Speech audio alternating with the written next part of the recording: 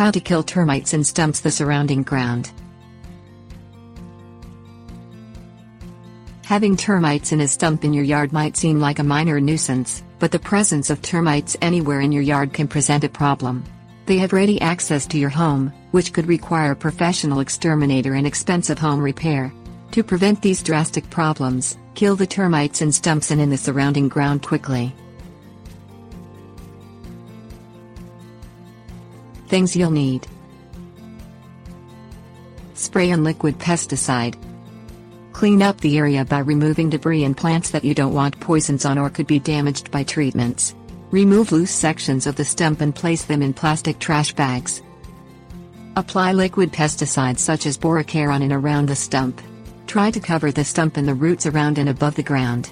Follow all directions for the pesticide. Spread soil treatment like Premise 2 around the stump and surrounding area, about 2 feet from the stump and above ground roots. The soil treatment will prevent the termites from leaving the treated stump. Follow the directions on your products of choice for all application timeframes.